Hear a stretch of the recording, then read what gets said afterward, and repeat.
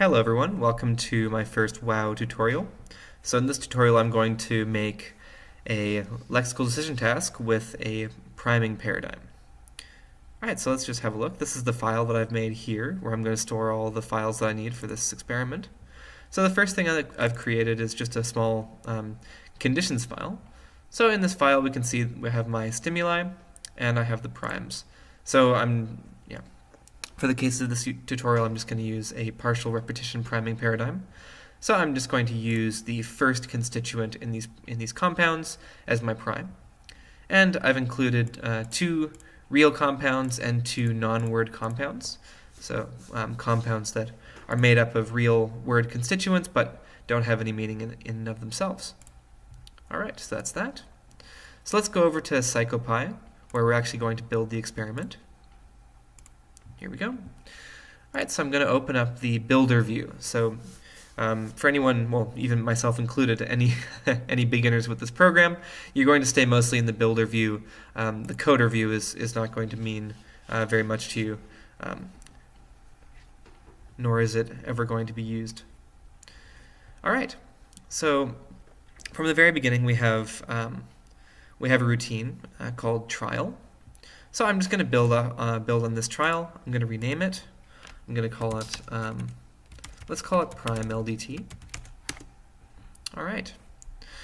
So in this PrimeLDT, we need a couple of things to happen. We need a word to appear on the screen, and we also need the prime to be flashed on the screen beforehand. So let's do the prime first. So I'm going to choose a text stimuli here. I'm going to click on that, and it's going to give me several options. The name is not that relevant, but sometimes it helps with organization. So I'm going to call this the prime, and maybe I'll say prime display. Okay, so here I can choose, or I can set the time that the stimuli will start, so the time that it will appear on the screen, and the time that it will stop in terms of the duration. So here I want the prime to appear on the screen after 1 second, and typically in a priming paradigm you would use something between 30 to 50 milliseconds. I'll just use the upper limit, so I'll use 50 milliseconds. So again, the duration is in seconds, so if I want milliseconds, 50 milliseconds will be 0.05. Alright, now down here I can specify the color or the font. I'm not that concerned about that. And the position will be in the middle of the screen, and that's fine for me. But here's where I need the text to appear. So in this experiment, I want a different prime to appear during each trial. So I want to make sure that this is not set to constant. I want to make sure this is set to set every repeat. That means every time this trial repeats, it's going to use a different prime. All right. And so if I go back to my stimulus file, I can see I have four different trials here. So in each trial, I want fire to flash on the screen, and then afterwards firework to be presented to the participant. And I've named this category prime. So the way I can tell PsychoPy that I want the word in this column in my conditions file to appear is by using the $ and then the name of that column. So I'm going to put $ and prime, and it's going to set to every repeat. So every time a trial repeats, it will be a different prime, and that prime will correspond to the stimuli that is in the same row as that prime. Okay, so this is set up. I'm happy with that. I'm going to click OK. And let's have a look.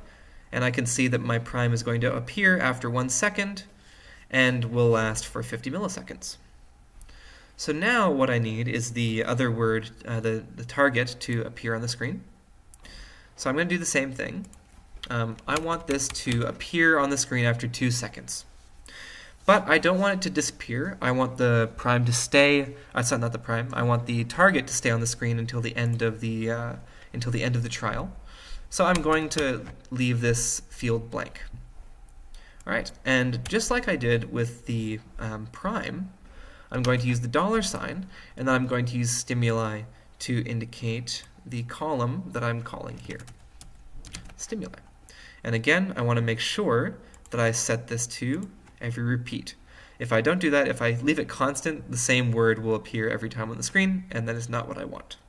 Okay, there we go. So if we go back to the experiment, now I can see that I have my prime being flashed on the screen here, and then my target being presented here.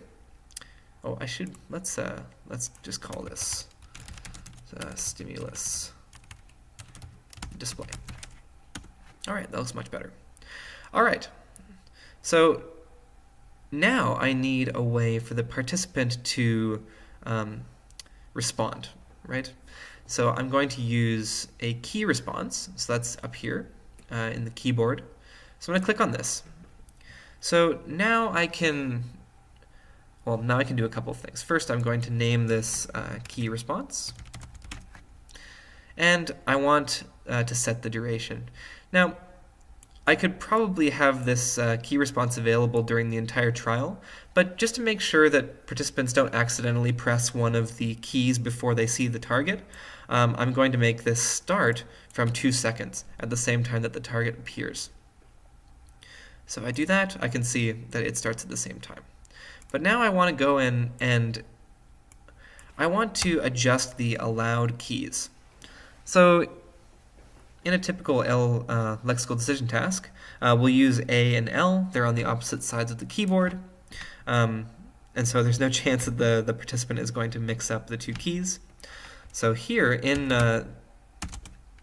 quotations, I'm going to add A and L. So that means that the two keys that the experiment is going to detect are A and L. And in this box here, I can see force end of routine. So this means that this trial will finish as soon as the experiment presses either A or L. And I do want to store that information because that's the response time that I'm investigating in this experiment. So I'm just going to say store the first key. All right. And this constant, again, the allowed keys will be the same across every trial, so we'll leave this constant. All right. So here we go. So now I've created my routine, but I haven't created a loop yet. So I need this routine not only to happen once, but I need it to happen for every single trial. So I'm going to use insert loop, and I'm going to indicate where I want the loop to begin and where I want it to end. So I want it to begin before this routine and after. And so the first thing I'm going to do is up here in nreps. This is how many times I want each of the rows in this file, in my stimulus file. This is how many times I want each of these to be presented to the participant. And I only want them to see each of these words once. So I'm going to put nreps equal to 1. Now I need to, the next thing that I need to do is import my conditions file. So that is on my desktop in my Prime tutorial, and here I have stimuli. I'm going to open that.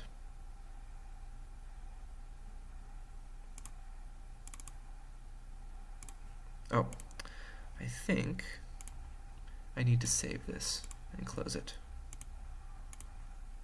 Let's see if that works now.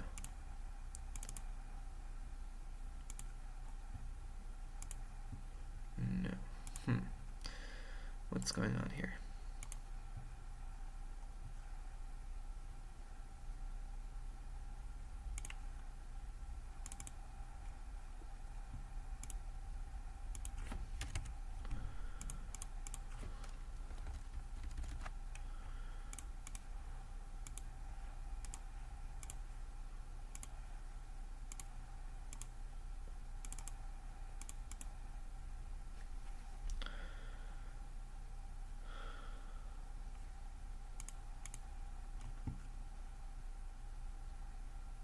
Okay, so this is one useful part about the coding window that I didn't mention earlier, is that if something is going wrong, you can often go here to see what's happening. So it's indicating that there's something wrong with the column headers in my stimulus file. So I was just checking for that, but it looks like I may have included a space at the end. So here's the big problem. So I've included a space after this. I need to make sure that there are no spaces before or after the words in my headers. Okay, so now that I've done that, this should be working. So let's have a look. Here we go. Let's try it again, and it works. All right. So here we can see that I have 4 conditions and 2 parameters. So these 2 parameters are stimuli and prime. And if we remember here, this is where I'm going to call these parameters. So here I'm using prime, and here I'm using stimuli. Okay. So now if I run this experiment, I should get 4 trials, and during each trial my prime will be flashed on the screen for 50 milliseconds, and then I'll be presented with the word, and I can type either A or L. In this case I'll use A for recognizing real words, and L for recognizing non-words. So if I want to try this out, up here I'm going to click on the running man and it will run my experiment. So before I do this, I'm going to save it, because it won't run unless I save. So I'm going to call this Prime Tutorial. Okay, and I'm going to save it in the same file as the place where my conditions file is. That's very important. Okay, so now if I look in my Prime Tutorial folder, I have my conditions file, and now I have this experiment file. All right, so now if I go to run, this should work, ideally. All right, so I'm going to type my name. There we go. And I'm ready to go. So, okay.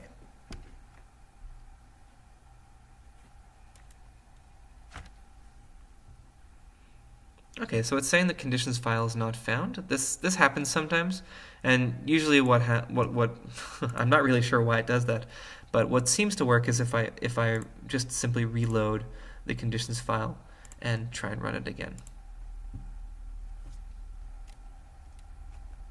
Alright, let's give it a shot. Alright, there we go. So I've got Flash, and there's Gold Shark. I'm going to click L for non-word, Firework, A for real word, L for non-word, and A for real word. Alright. So this is just saying that there's there's something up with my screen. That's not a big deal. Alright. So my experiment has run, and it should have created a data file. So now if I go into my Prime Tutorial folder, I can see data.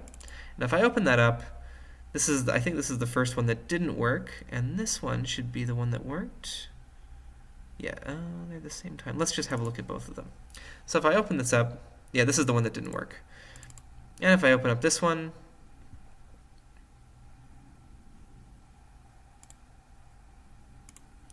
all right, great. So here I can see, this is my data output file. So I have the stimuli here with the prime, and over here I can see my response times. So because I was talking through it, my response times were a little bit slow. Yeah, there we go. We can see the experiment name, the frame rate, session. All right, all the information we need. All right, excellent. So everything is working properly. So if I go back into my experiment, there are a lot of things that are missing. I'm missing a practice section, and I'm missing a debriefing at the end. I'm missing breaks. I'm missing potential like experimental blocks and instructions at the beginning.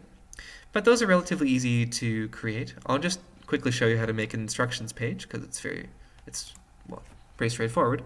I'm going to call it instructions. So I've made a new routine. I'm calling it instructions, clicking OK, and now I can choose where along this timeline I'm going to put it. I'm going to put it at the beginning. So now I have instructions here. I'm going to jump into that. So really all I want in my instructions file is some text. So I'm just going to say instructions. Obviously it's going to be much more detailed than this, but I'll just say press A for words, press L for non-words, and we'll just say press space to begin. And I want this to be the same every time I run this. Instructions text. And yeah, I want this to be constant every time someone runs the experiment. And for this, I don't need to add a loop because I only wanted to do this the one time, but I don't want a time limit. So I want to make sure that I remember to set my duration to infinite. There we go. And if you remember, part of my instructions were to press space to begin. So I'm just going to use space here. And I don't need to store this. I'm not interested in storing this data. So I'm just going to say store nothing. That's what this means is it will just make my data output file look a little bit cleaner and more manageable. And again, I want to make sure that this ends the routine, because when they press space, I want that to take them away from the instructions and into the trials. All right, so I've got OK. And at the end, let's add another routine, and let's just call this routine end. And I'm going to stick it at the end, very predictably. And in here, I'm just going to say, thank you for participating. Okay, and again, this will be set to an infinite duration. And same thing, I'm going to add space bar. So maybe I want to indicate that they, so to exit experiment, press space. Okay. So let's try this again. So we've just made our experiment a little bit more user-friendly. So let's see if it's going to work. Okay, I'm going to do Jordan 2. There we go. So now I've got some instructions that appear on the page. And once I understand how everything works, I'm going to press space. And here we go again.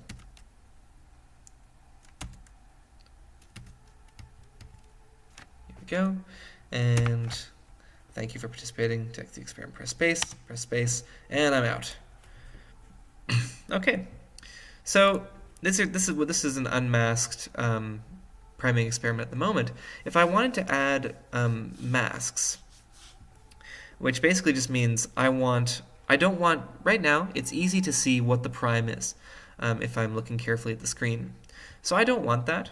What I want is well, some noise to cover up those words. So I have a noise stimuli here. So I'm going to add one of these. And so if you look at my timeline, I need noise from 0 to 1.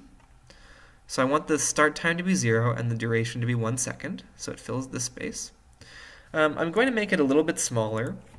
I'm going to make it, well, this is just the size that I've used before. And I want it to be a little bit more noisy than this, so I'm just going to add a 0 here. If you try it yourself without the 0, it just looks like kind of really big white and black blocks, which don't really serve to mask the prime very well. It's going to do that. So now I've got my noise, and I also need noise between the end of the prime and the beginning of the stimulus presentation. So I'm going to do the same thing. I want this to start from 105. That's the end of my prime. And oh, sorry, I need to do that up here. And I want my duration to be 950 milliseconds. And if I do that, here we go. I'm just going to make sure that it's the same size. I'm just going to add the 0 in there again. Okay, so now we should have masks. So now when I run through the experiment, I shouldn't be able to see the prime. Another thing maybe we can add before we run again is another routine. And we'll just call this routine fixation. And I'm going to put it before this runs. So what I'm going to do is just add a text stimuli, and all that is a cross in the middle of the screen.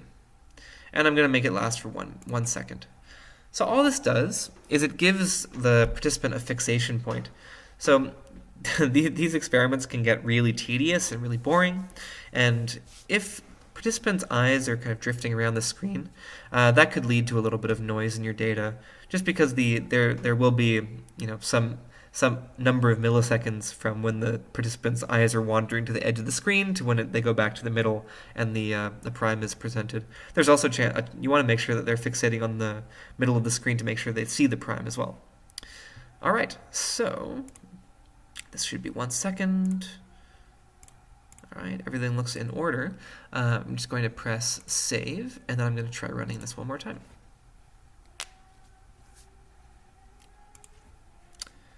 Let's just call it Jordan 3. And here we go. There's my instructions. There's my fixation point. And see, now I have this noise that's covering the prime. And you can really notice that the words are really not, well, you can't consciously recognize them when this masking is used. All right, there we go. And that's all done. And now if I just go back to my Prime tutorial, then I have my data folder, and here I've got all the data that I've now recorded. So I think this one is the most recent. Yeah. All right, and there's my new data folder. Oh, so I can see here, looks like I forgot to not store the data for this the space at the very end to exit the experiment. So let's just see if that. Yeah, so here it's storing this key, and I don't want it to do that. So I'm going to go to nothing. Do you like that? All right. So there you have the basic shell of a priming experiment.